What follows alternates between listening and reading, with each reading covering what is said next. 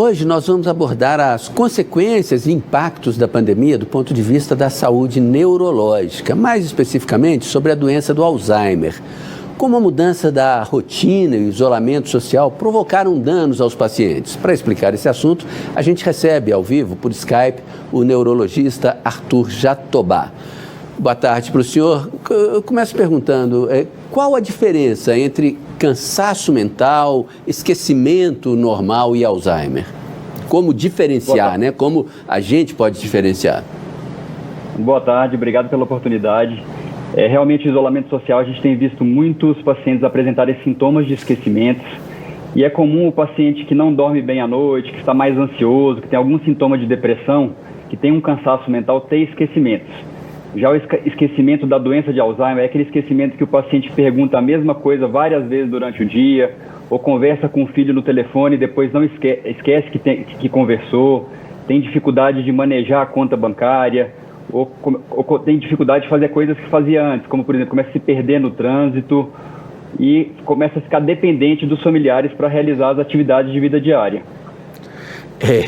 Pior é que eu me vi aí em alguns desses pontos aí que o senhor citou. Queria te perguntar agora, o que a gente pode fazer para tentar minimizar esse tipo de coisa? Existe, por exemplo, algum tipo de exercício, alguma alimentação, ou o fundamental é cuidar do descanso?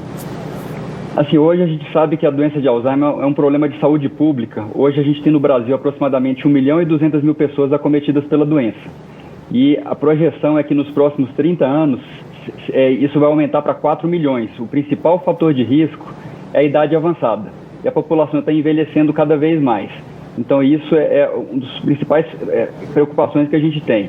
E cerca de 50% dos casos da doença de Alzheimer podem ser preveníveis. Se a gente conseguir controlar a pressão alta, o colesterol, a diabetes e realizar atividade física diária, atividade física é um dos principais fatores protetores.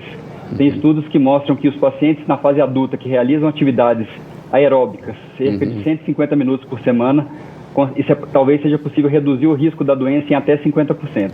Bom, então para metade dos casos existe a prevenção, existe como se prevenir. Agora, e para aqueles que não têm se prevenir, existe tratamento? O que fazer depois de diagnosticada a doença? Hoje o tratamento também, a gente tem algumas medicações que ajudam a aliviar os sintomas e ajudam a diminuir a progressão da doença, mas a gente não tem nenhum remédio ainda que consiga parar a doença. Recentemente teve a aprovação nos Estados Unidos de uma medicação nova, mas ainda está em fase inicial. Então é uma doença que ainda não tem cura e a gente pode, com medicação, aliviar os sintomas e dar uma melhor qualidade de vida para os pacientes. Ok, então muito obrigado pela sua participação aqui no jornal e pelas dicas. Boa tarde para o senhor. Eu que agradeço. Boa tarde. Atenção.